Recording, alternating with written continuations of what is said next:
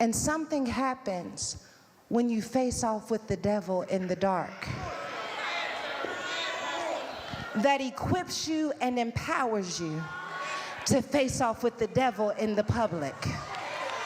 Oh, I wish I could say that real good.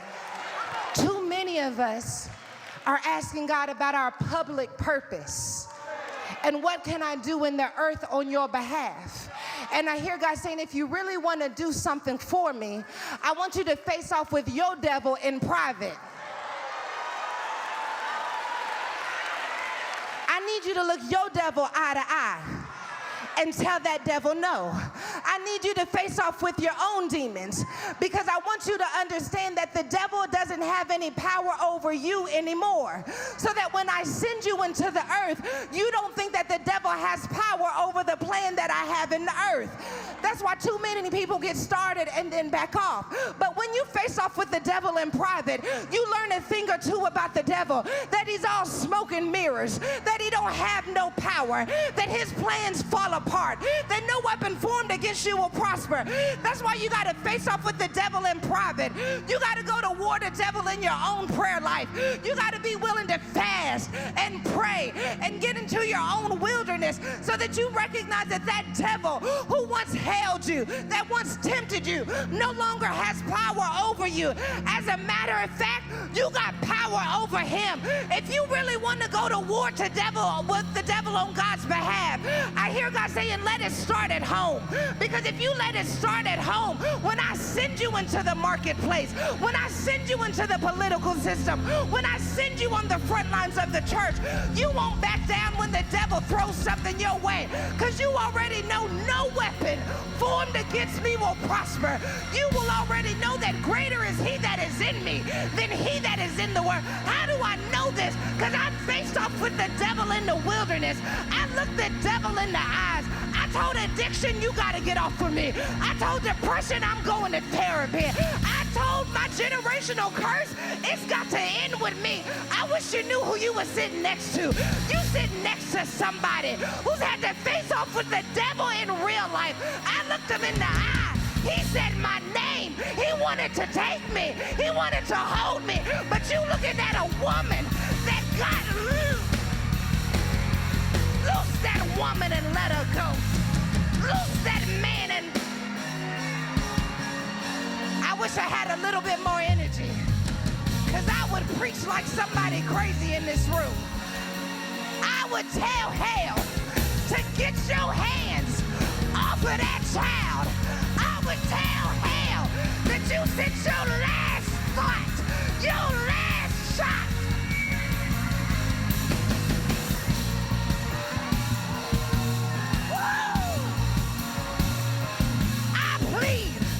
The blood of Jesus over every dark space. I plead the wonder working, the miracle performing. Hey. So I'm back. I'm going to be posting these weekly. I meant to post yesterday, but I had an excruciating headache. I have dealt with some stuff in my life, but I always say headache is where I draw the line. Like, I just do not do well with headaches. So I said I'm going to be posting about 2 or 3 videos tonight. So I wanted to post about why I told God yes with my pastor role and position. It still does not feel real that God asked me to do this. So exactly February of last year, God came to me with this concept that he wanted me to help him build in Fayetteville for kids where they have their own church. And when God showed me the concept and the vision for it, I told God yes. Like, oh yeah, I can help you build a church. One of the companies I partnered with, Glory Mortgage, they have a lot of faith-based mortgages. We had a lot of resources. We helped a lot of churches get financing. So I was like, oh, this is no brainer. I'm thinking, oh, this is light work. I'm going to help God build a church for kids. So when God shared this design, I had a pastor in mind for this. My homeboy's face flashed. And I was like, I'm going to ask him to be the pastor. Like, I already had like the pastor. I had the ways I wanted to do music for the kids.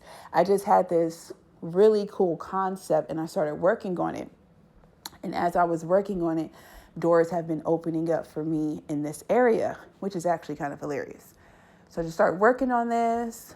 We did our first outreach project, which was Teeny Fest, just to kind of test the market, see what the demand is, get a vibe of the area. So God came to me, I want to say it was either September or October. I was passed out on the floor in pain. I will say I have a pain-free life because I'm on medication now. The Lord was like, why do you put yourself through this? Get on medication. But that's a whole nother story. So anyways, I was passed out on the floor in pain, and God came to me and said, let me show you some stuff. So I'm not going to get super overly deep and spiritual. God came to me and he pretty much just shared with me, like, why are you building a church around your homeboy? And I was like, and this is the thing that's funny. My homeboy didn't even tell me he was going to do it, but I was still building it around him because I'm like, I don't really know no other pastors. I don't roll with pastors like that. I think he'll be perfect for it.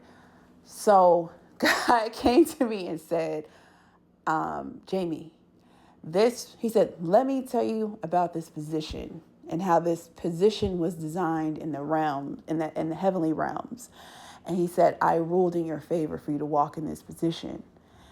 And I just said, okay. The thing that's hilarious, I never saw myself as a pastor. I'm going to be completely honest with you guys. I don't even like going to church, if we're being completely honest. I was just like, when I was laid out and passed out on the floor, I was just like, why would he even consider me for this role? But nonetheless, one of the things I tell God all the time, you have an automatic yes for me. It doesn't matter what the situation is. I don't care what God can be like, hey, I want you to start learning how to be an astronaut. I will be enrolling in school and finding out about it next day. So I said, okay. Now I'm thinking to myself with this pastor thing, right? The number one thing I was thinking about is, why would I be the pastor? I have my own limitations with my own health. I was thinking, why would I put myself through that type of pressure? You see, with a man don't have to worry about certain things that women have to worry about. So I was like, why would I put myself through all that pressure? Then the church is going to be in Fayetteville. I actually like my Raleigh life. So I was thinking to myself, so that means the concept that I have in mind, I was thinking that means each week I would have to commit to coming to Fayetteville.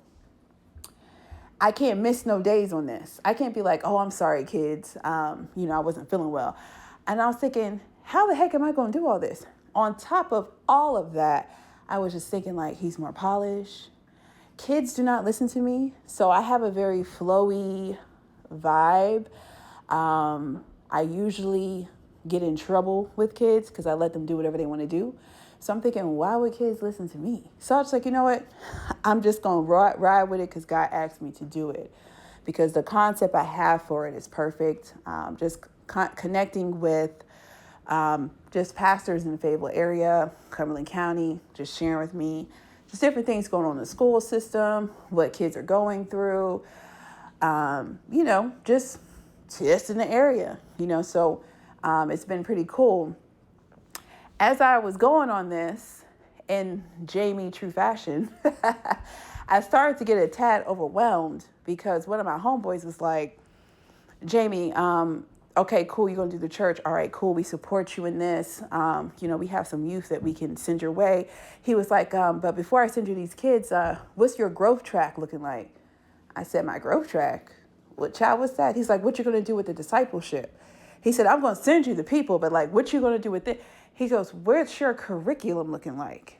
He was like, and what are you going to do with it? When I tell you I was so overwhelmed, I was like, oh my God, I don't know anything about no discipleship. I don't know nothing about this. And I was like, I think before I could even come to the Lord about it, I was like, oh my God, I don't have a curriculum. Oh my God, I don't have this. I don't have that. I never thought of that part. Maybe I shouldn't do this. Wait a minute. Where's that going to come from? And God came to me. God said, Jamie, I didn't tell you to do any of that. And the Lord said, I ruled in your favor for this position.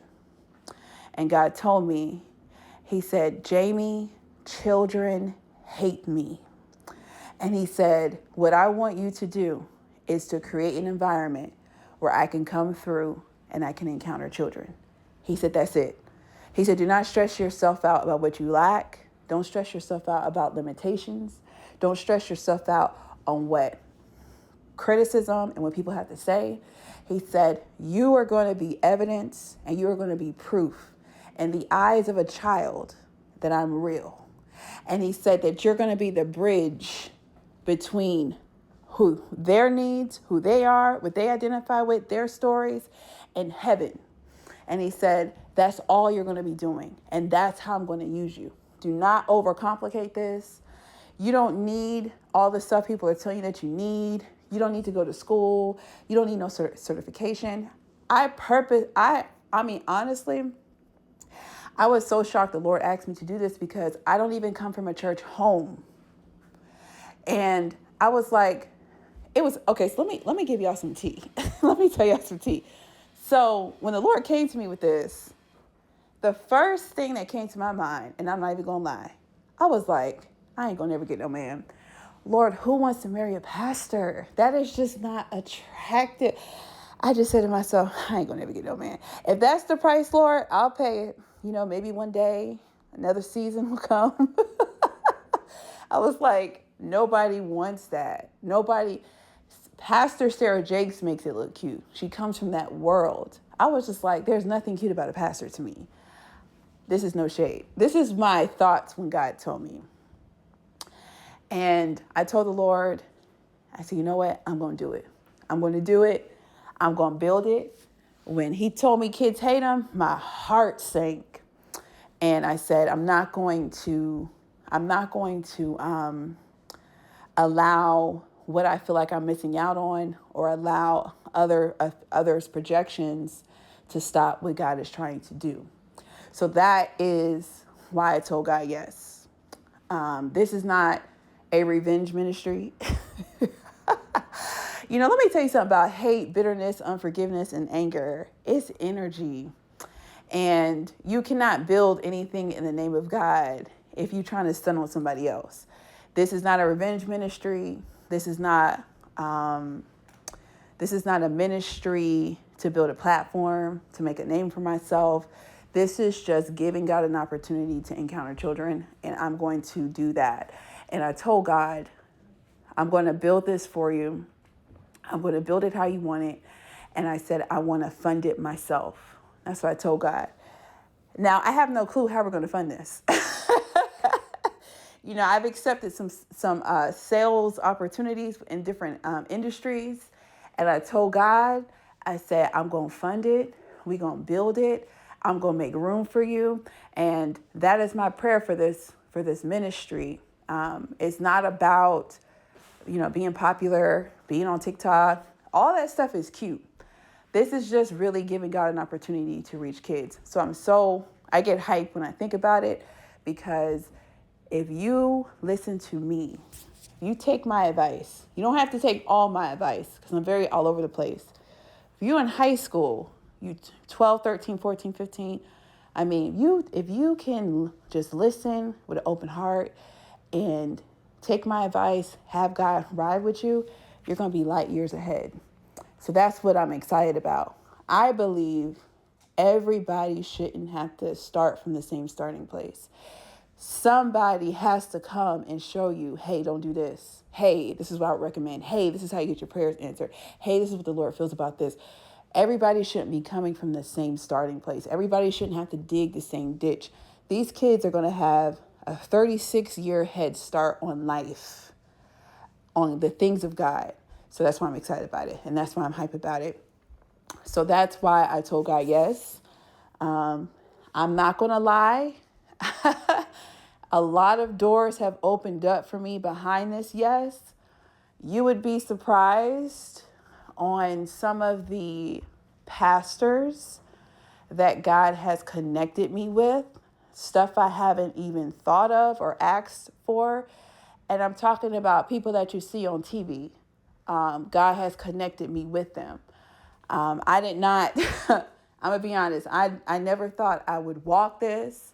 I just never thought. That's what's hilarious. You gotta be careful what you say you can't stand, because God may very make you become the thing that you don't really view high. And I just think it just doesn't feel real. Recently, one of the ministers that God has connected me with, I didn't see it coming. I kind of keep this kind of like low key, like the Lord has to come to you and tell you what I'm working on, and then I'll confirm it. Like I'm not really out loud and open about it. But just recently, one of the meetings I was in, like, he kind of like locked me in a room with 5 prophets, and I was like passed out on the floor. They was like, pick her up. So some of the doors that are being opened is crazy to me. I will say, I will not trade this for anything in the world, and I'm excited about it. I'm very excited about it. I was gonna call myself PJ at first, because I'm just gonna be honest. When I'm in my pastor meetings and they're like, Pastor Jamie, what do you think about this? I cringe. But I will say, and honestly, I would not trade this for the world. You cannot put a price on this. And just the access that I have to God, the stuff that he shares with me, the stuff that he's already imparted in me, I would not change it for the world. So I was telling the Lord, like, you cannot put a price on this. I thought what I had with God, everybody had this access. So yeah, I wouldn't change it for the world. So anything God need me to do, that's exactly what I'm going to do. And it's going to be cute. So that is the Jamie pastor story. I want to pray for pastors because, I'm a realtor. I'm a mortgage broker. So I do this thing, like when I'm in a profession, I'm in an industry, I protect and cover it. You'll never hear me talking about realtor. You'll never hear me talking about a mortgage broker. I don't compete or disrespect professionals in my industry, because if you're in that industry, you paid a price to be there. Regardless if I agree with your perspective, the way you present yourself, or even if I am done wrong, I always cover the areas I walk. So for pastors, I want to pray, because pastors I feel like, I'm just being honest, I feel that people are way too critical. This new wave of believing is crazy. These TikToks are trying to expose this one, and this person did it wrong, and who cares about gossip? Like, gossip is so weak to me. Like, I hate gossip. I hate drama. I don't like it. But who cares about that? I'm talking about conspiracies, scandals. Even if somebody did something wrong, like, I just feel like with pastors, it's easier to fall, because the closer you are to God, the easier it is to fall. Because I'm going to share with you what God told me yesterday. God gave me some G advice. God said, these are the stages of how the devil attacks. So when you first start out, he tries, and he still does this, but he tries to get you with your thoughts. So if he can get you on a thought, he can plant a thought in your mind. If he can project you with fear and anxiety, and you start operating off that. So you can get to a place in your faith, and with God, you've mastered it. I tell the devil every day, I'm not listening to nothing you're saying. Like, what you're saying, it has nothing to do with me. So what happens when you are no longer interested, or you don't even take any of those thoughts seriously, you don't even take it into consideration, he attacks your body. I believe people who are spiritually strong, I believe people who God has deposited gifts on the inside of them, impartations and mantles. He attacks your body. You are a threat. So I noticed a lot of, and this is another reason why I didn't want to do it with no pastorship. I noticed that a lot of women who are pastors' wives, they either get attacked in their body with cancer. I see a lot of pastors' wives getting attacked with breast cancer. He does that. He attacks the body. I personally believe that the more you are in tune with God, the more you hear from God, the more you step out on faith, God giving you access to see in the spiritual realm, just different gifts that you get that God imparts on you as you grow, as you go and you grow in your journey, he'll start to attack your body. Most people who carry heavy mantles are attacked physically. It could be illness or it could be injury. You get into a car, you always get into a car accident. You break your foot, you break the, that's one of the ways he tries to, that's one of the ways he attacks you. He starts putting false symptoms on you. You got to keep going to the doctor to override a health report. You got to cancel this. One doctor want to consider cancer. You got to go see another doctor so they can override what the last doctor said. And then if 5 years later go by, then they want to pull up the same report and use it as a differential diagnosis. The devil fights you constantly when you're out here vibing with God. So that's why I don't really like a lot of critical Christianity, because you're not going to criticize nobody when you have your own scars. Show me your scars. But nonetheless, so he attacks your thoughts. Then as you grow bigger and stronger in the things of God, and God starts to encounter you, God starts showing up in your house, he attacks your body. Then once you get past the point where I don't care what no health reports say, I live my life by faith. I don't live my life by logics. I don't care what my body is doing. When you get to the point with that, when you pass out on the floor in pain and you telling the devil you still can't have my body, so sorry, can't have my uterus. When you stand in faith like that and you begin to get spiritually strong, God told me he attacks your family. He tries to get you off course with that. When that doesn't work and you still standing on the things of God, this is what he does next. This is what he does to pastors. This is one of the trends that I'm starting to see. The devil will be with you. He starts to come as a friend. He can't come with death in the grave and an illness. He can't come with your family. He can't come like that no more. You haven't backed off the mission that God put you on. So what the devil does next, he tries to be your friend. That's the level I'm on now. He's trying to be with you. The devil don't come to me about the grave no more. He used to. He used to haunt me with uterine cancer scans.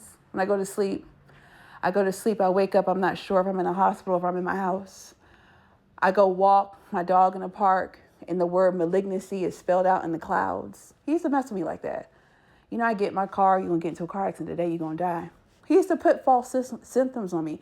Last year, I had episodes where normal day, I hit the floor and collapse. Excruciating contractions in my uterus, like I'm giving birth. He used to do it all the time. It don't work. I don't fold. Now, I may fold over some plate of food. I don't fold when the pain comes. So what he does now is he tries to become my friend. And how does he try to become my friend? God will come to me. God will share stuff with me. When I do these vlogs, I don't go back and re-listen to them because I'm not getting high off my own supply. So what he does is he'll try to be with you. He'll try to become your friend. It'd be simple stuff. It'd be stuff like, God chose you because, one thing about you, you always do what God say. These church people over here, He starts stuff like that. You start to create your own ideology, your own form of godliness. It's the devil in the center of it. He's the God of separatism. It's the devil. He be with you. I try my best, and I told the Lord this. I don't even want to because me and God are tight. We locked in, okay? God talks to me like a friend. But sometimes I get a little nervous because I'm like, I don't want to be too familiar with the Lord because the devil will be out here bewitching you. and you don't even realize that he's playing you. That's why you have to have a constant relationship and prayer life with God. Don't pray about 20 things that you need the Lord to move on. Just be vibing with God every day. The Lord will tell you, Jamie, let me show you how the devil's trying to play you. That thought he just dropped, that's not me. That's him. He'll be with you. He don't always come with horns. He comes as a friend. He comes as a desire. He comes as your favorite politician. Not that politicians are the devil. He'll sell you on. That's why I tell people, like, turn the news off. Turn social media off. Stop making decisions based on what's being projected. There's so much psychological warfare that's going on where you're regurgitating somebody else's perspective on something. A lot of issues are really subjective. It depends on how you're looking at it. You have to take on God's perspective. Ask God, where do you stand in this and how do you want me to be in this? That's it. My opinion don't matter. Experience don't matter. Race doesn't matter. Gender doesn't matter. Sexuality doesn't matter. What do you feel about this particular situation and how you want me to be in it? That's it. So anyway, I'm going to pray over pastors, especially the new up and coming pastors, or the new up and coming people who want to be used by God. Because I told the Lord, I was like, I'll do all this and I don't really need no title. Like, I'm not that. I'm not egotistical or anything. Like, I got to have a title. I'll build a church for free. Like, what you need me to do? Where's the building going to be at? Let me start looking at buildings now. I'll do this with no title, and I'll throw somebody else in the building. But God wasn't having any of that. And be careful what titles you call yourself. So let me give you some advice. I'm going to give you some advice, and we're going to pray. Okay. And I really don't care if this video is long because the devil done pissed me off. So I will say, God needs you. So for people who are like, I want to be a pastor, I want to be a prophet, I want to be, whatever those titles are. I want to have my own missions. I want to do ministry projects. I want to do something for the homeless. I want to build my own Salvation Army, my own Boys and Girls Club. God has need for you. Listen to me. There are so many people that God is trying to reach. One of my areas that I have been working in is an area that is impoverished. It's a lot of poverty.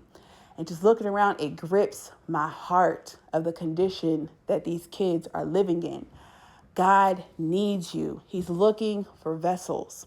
Because one of the things I was tripping over too, I was like, I'm no pastor police, Lord.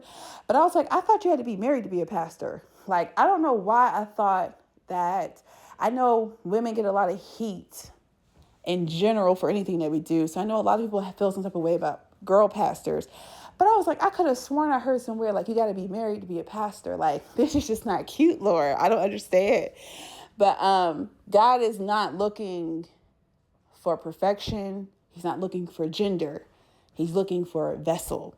And one of the things God gave me and what God told me, he said, you have to operate in this. He said, because I ruled in your favor to have this.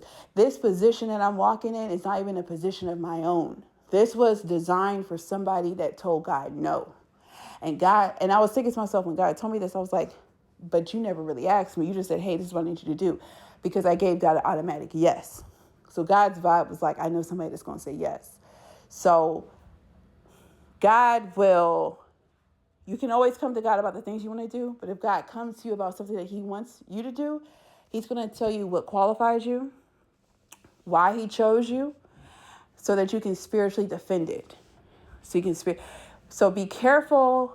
So this would be my advice. Be careful of any project that you take on. Be careful of anything that you call yourself. If you are, quote unquote, an evangelist, a prophet, apostle, a pastor, be careful with that title, because the devil attacks you whether you're ready or not. He attacks you whether you're self-proclaimed. He attacks you if somebody gave you a certificate in the church. Be careful with these titles. Be careful. Because I used to always say, like, before this whole pastor thing, I used to be like, I don't understand. My doctor said, I don't understand why you go through all this stuff. She's like, you're so young. Outside of this organ, everything else works fine. She's just like, it's like this organ is, it's like this organ is, how does she say it? It is intentionally attacked. No other, usually, she said, the reason why they send you all these death reports, because when you have these type of issues, you usually have surrounding issues. And she's just like, she doesn't understand it. You are intentionally attacked in this area. And I always used to say, the attack don't match. I'm just a real estate agent. Why am I going through this? You guys would not believe, I don't always say everything I go through because people use it as talking points to mock my faith. But I don't usually say all the things I go through because women who go through something similar, I don't want to scare them while they're going on their healing journey. But she's like, she said, child, I don't get it. Like, I don't understand how this happens, why this happens. It doesn't make sense. And I used to say that all the time. So I say that to say, be careful, listen to me. If you come to God and be like, hey, Lord, I'm riding with you. Is there anything you need me to do? And if the Lord doesn't say anything, just say, okay, cool. This is what I want to do. You better have a strategy of protection. You better have God cover you. You better partner with the pastors he tell you to partner with for spiritual covering, because the devil is coming. Anything good, anything God related, he's coming to make a bad testimony out of it, period. And he wants to be with you in it. So you have to have a constant communication and a relationship with God so that you can spiritually defend it. One of my mentor pastors, he told me straight up, he said, let me just tell you some of the attacks you need to prepare for. He said, because this stuff will kill you. I was like, what? So, you have to know God, and you just have to be able to, I just always tell people two things. What qualifies you that's not performance-based? I don't want to hear about nothing performance-based. I go to church, I read the Lord, I do. That's cool. Why did God qualify you? The very reason why he qualified you should be the same area that you're under attack in. And then you need to know that so that you can spiritually defend it, because he's going to come after you and he's going to challenge everything that God said. God told me 28314. I grew up in that zip code. I have no influence over that area. None. I do a project. I do anything over there. Child, try to sell a house. It always goes up in flames. So you have to know those things. That would be my advice. And then just have fun. Be yourself. God's going to use your personality. I'm very all over the place. When I think of pastor, I think of like an older man with a big belly and a handkerchief. I don't think of someone like me. Very all over the place, very kind of like flowy. God said, I'm using your personality. Don't try to be like someone else. Flow with me. So that would be my advice. Have fun. And one of the advice God told me as well, do not create a personality in this position. Do not make this a part of your personality. Don't make this a part of your identity. Jamie, this is just God's work. That's it. That's what God told me. He said, and don't play with the title. I kind of cringe in some of these meetings. I'm just being completely honest. When they say Pastor Jamie, I try my best not to roll my eyes. Because before my doctor bias, I used to have pastor bias. I'm just being honest. Somebody tell me they're a pastor, I'm like, red flag. I ain't helping them. I used to have it. So be careful what you say you can't stand, because God will make you be the very thing that you view the least. He'll be like, oh, you don't like pastors? All right, cool. I know what I'm going to have you do in 5 years. You know what I'm saying? And just focus on God. Have fun. Don't overcomplicate it. Flow with God, and you'll be fine. But I am going to pray, because I believe even if you take on these titles, you take on these roles, even if you're doing it and the foundation is based in a falsehood, I'm going to pray that God transforms you and still honors it. Because one of the things I told God, one of my homegirls got invited to do some kind of women's event. And she was so pissed. She was like, Jamie, they playing church. They all fake. And I was like, well, hold up now, child. I was like, well, hold up. I am somebody that don't like those type of vibes. I said, but you have to think of this perspective, like they could be trying to do anything else. These girls can try to be strippers. They could, no shame to sex workers, by the way, because I don't believe that there's different levels of womanism. I'm just using an example. These women could be anything. Bank robbers. They could be anything. The fact that they're choosing to maneuver in these roles, whether they're called, self-proclaimed, I'm not the prophet police. I'm just like, just make sure you can spiritually defend it, child.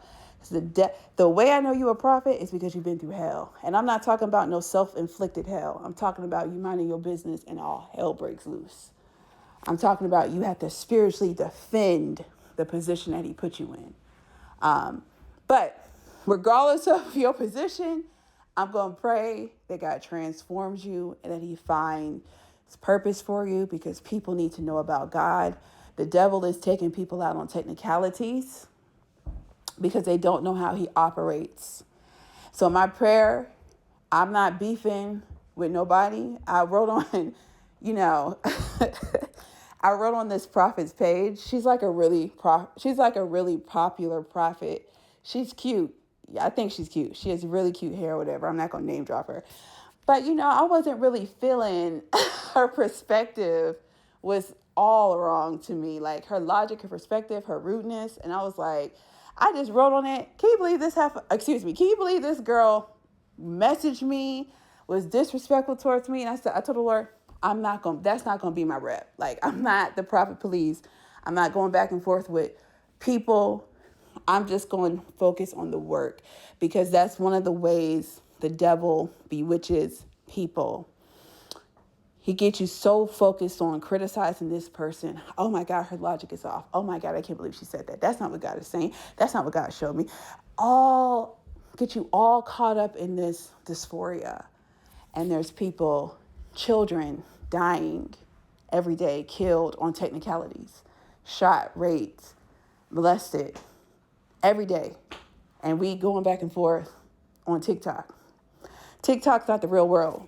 Social media is not real life. Go outside and not post it and record it for your marketing scheme. I'm kidding. That's my last shade. Don't go outside. Go to the hospital. Go to hospice. Go to jail. Visit these children who are scared to be deported to a land that they don't know nothing about. When you see these causes on the news, instead of arguing and talking about, oh, it's the end of the world, it's God's judgment, just pray over it. God, please. I don't agree with a lot of this stuff that's going on politically. I just go to the Lord. I'm like, Lord, what's your vibe on this? The humanity part of me can't ride with this. How should I pray in this? Show me what I'm not seeing. Don't get on social media arguing. Don't try to expose. Let me tell you how you cut your life short, and then we're going to pray. I'm going to do another video. I don't care how long these are anymore. I don't care. The Lord told me, Jamie, stop being technical. I'm just going to flow. We're going to vibe. Let me tell you how you cut your life short. Don't you dare listen to me. Lord knows I've been through pure hell. Pure hell as my qualification season. Don't you dare. I don't care what a pastor does. I don't care what a prophet does. I don't even care what a church does. I don't care what their scandals are. Everybody got scandals. Everybody got a scheme. Don't you dare expose a pastor. Do you know how many people call me? Jamie, what's going on? Child, I don't know. Don't you dare cover them. This is where I say the devil bewitch people. Regardless of how you feel about a situation, a person, how they handle stuff, what their family's doing, you have to remember God chose these people because they're not perfect, but he chose them because they say yes. They were a vessel to reach people, to bring them to God. And they paid the price.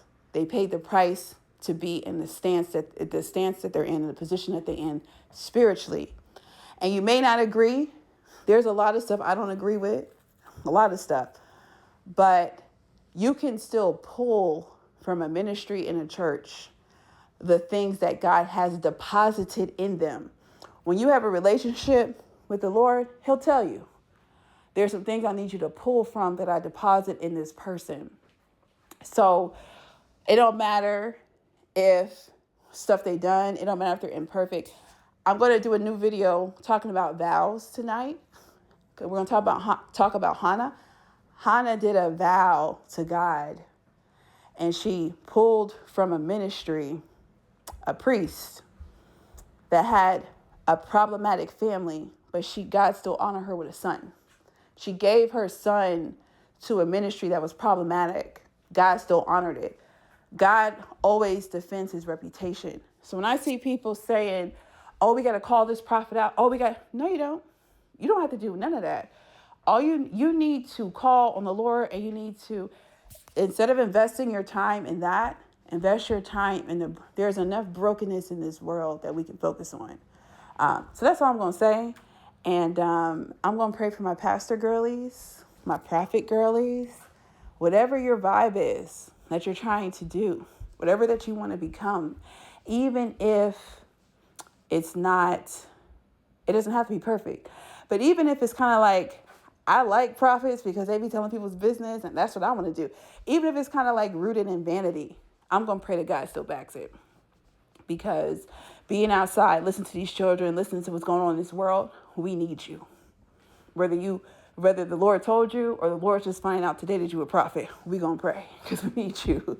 So I'm going to pray for you guys today. So Father God, I just thank you for who you are. It is a joy and a reward to say yes to you. Regardless of the circumstances in our life, God, we're always going to say yes. Lord, I pray that you breathe and you protect every person, every personality, every spirit, every heart that wants to work for you, that wants to do a God-given assignment. I pray, God, that you back it, you honor it, and that it's tangible. There's no need to gatekeep how to reach God, gatekeep how to pray. We need every person on board to reach people and the people that you want to reach. Because our enemy is the devil. The devil is the God of separatism. And we're going to come together and we're going to reach people who are broken. So we say yes to you. Don't matter what it looks like. Don't matter if we think it's cute. Don't matter if we like the area. Doesn't even matter if it's a part of our career path. We're going to say yes to you because we know that you are trying to reach people. And we're going to be that vessel, that broken vessel. God, we know that you didn't choose us based on what we do or based on who we are, but you chose us based on who you are. So we're not serving you, working with you on merit or on performance-based metrics. We're serving you with our heart. We open up our heart to you. We're going to use our resources to fund the vision that you have. And we're going to do it. And we're going to be cute and do it. We're going to represent you well. And even in the moments where we forget that it's you, even the moments where we have our best days and we forget that it's you that's doing it, and the moments where we enjoy the benefit and we forget that it's you that's giving it to us, give us extra mercy in those moments. The people who have forgotten on why they got in ministry, give it back to their memory. Help them to remember the things that have been forgotten, Lord, on why we do this. It is a joy to say yes. It's an honor to say yes. Thank you for even considering us. For the girls, I want to speak to the girls real quick. No shade to the guys. Women have more of a sensitivity to God. No shade. For the girls who want to be in these roles, I pray that you show them exactly who they are to you, God. That they don't have to develop a personality based on this role, but they're going to allow you to step in, show them how to do it, show them what's on the line, show them the areas that you want them to impact, and show them their necessity in this role. I pray, God, that we just continue to keep you first. We don't operate in logistics. We don't operate in the legalism of Christianity and who you are, but we always move on the hearts of God and the heart of you, the heart of the people. So we thank you for it. Thank you for all that you do. We're excited to partner with you. No devil in hell can stop it. Every qualification process, every test, we're going to pass. There's no devil in hell that can stop, destroy, or make a bad testimony on the things that you call us to do. We're going to continue to stay focused on you. Doesn't matter what happens to us, because we know there's reward in suffering in the name of the Lord. We know that. Suffering does not come as a surprise. Suffering doesn't mean that you did anything bad. Suffering is just a reminder that somebody else is hurting. So anything that we're struck with, whether if it's family, health, issues, that is our reminder that there's people that you want us to reach in those areas. So we're going to maneuver through it. It's not going to take us out. We're going to continue to stay cute. It's not going to alter us. It's not going to make us question you.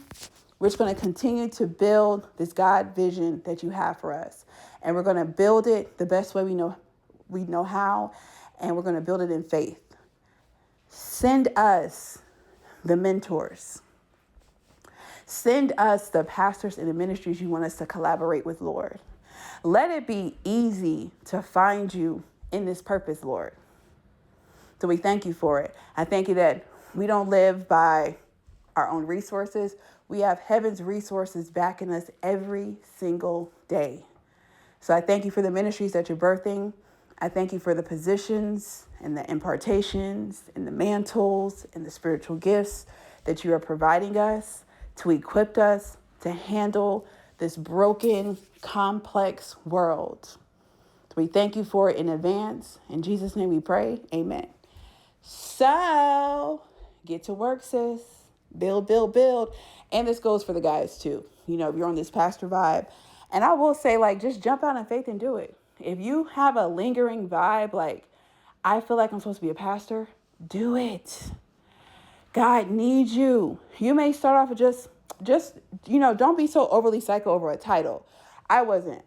When God came, because God, before he told me he wanted to be a pastor, he came to me a year prior and said, hey, I want you to be a minister.